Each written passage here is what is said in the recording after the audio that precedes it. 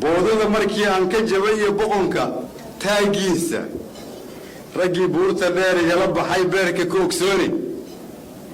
raggii baarqabyada ii qalqalay beerka ka ogsooni ninkii inuu burunji iga cuno ii bariidinayay ee aan bar kale ii tarayn beerka ka ogsooni markii ay 34 sano ka hor burburtay dowladnimadii Soomaaliya dalka Soomaaliyana ay ka qarxeen dagaaladii sokeeye duniduna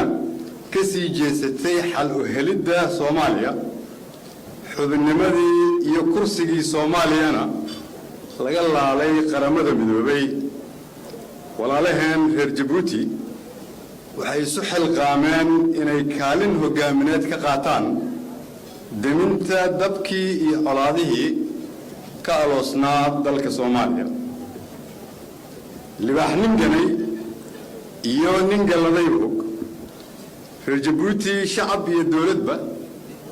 waxaan haddii aan shacabka Soomaaliyeed nahay abaal aan duugoobayn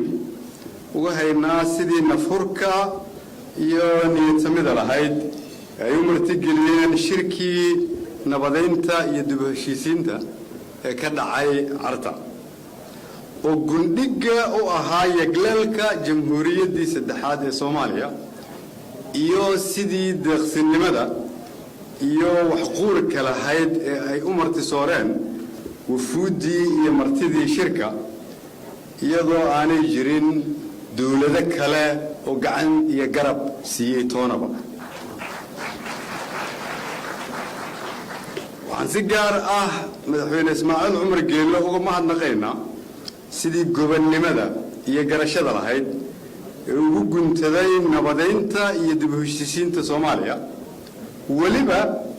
isagoo xukunka ku cusub oo dalka madaxweyne waqtiga ka ah 4 bilood oo kaliya waxaan madaxweyne Ismaaciil Cumar Geelle ku bogaadinayaa sidii geesinimada lahayd ee uu shirka golaha guud ee qaramada midoobay ugu qareemay qarankeena dareenka iyo indhaha dunidana ugu soo jeediyay Soomaaliya walaalayaal daahfurkii maanta ee taalada nabadda iyo munaasabadii taariikhiga ahayd ee 25 sano guuradii shirkii Carta waxayna xasuusinaysaa kaalinta aqoon-yahanadii indhaargaradkii odayaashii iyo haweenkii Soomaaliyeed ee udub dhaxaadka u ahaa shirkii Carta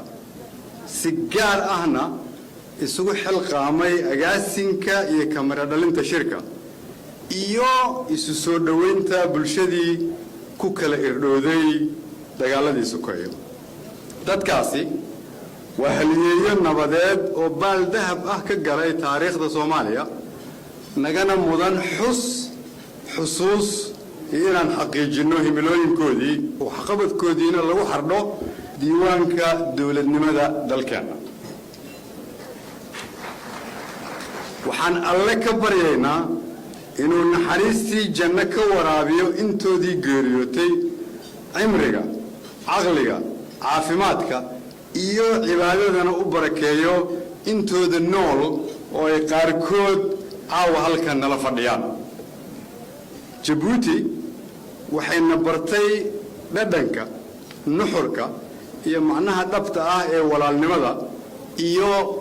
Soomaalinimada waxay abaal gashatay dalka dadka iyo dawladnimada Soomaaliyeed waana xaruntii lagu unkay jamhuuriyadda saddexaad ee Soomaaliya laguna doortay 3 ka mid ah madaxweynayaashii soo maray qarankeena Djibouti waxay sidoo kale waqtiyadii adkaa gacal iyo gaashaan u noqotay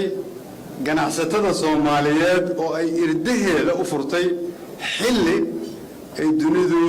na dayrisay daafurkii maanta ee taaladii nabadda waxaan ku xasuusanay hadalkii taariikhda galay ee ahaa Soomaaliya iyo Hiiliya ee uu yiri madaxweyne Ismaaciil Cumar Geelle rubac qarni ka hor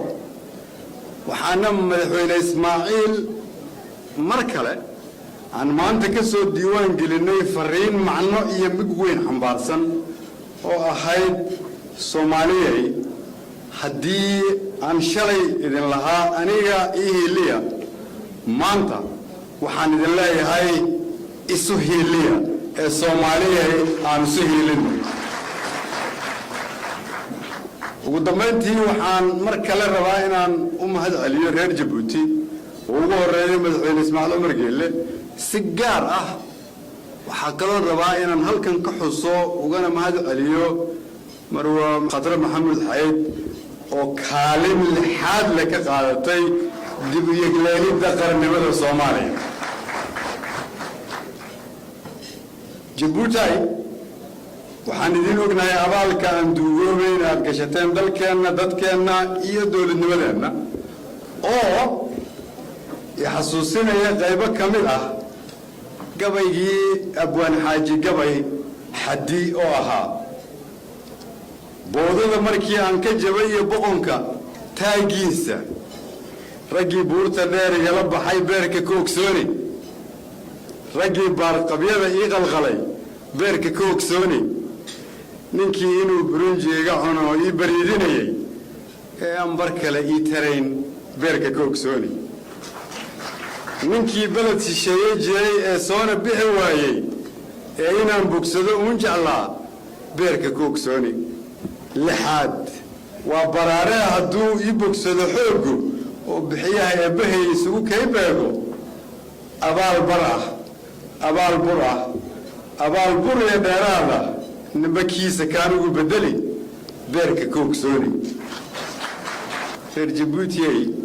abaalkiina haddii aan Soomaali nahay beerka ka ogsoonin waa maanta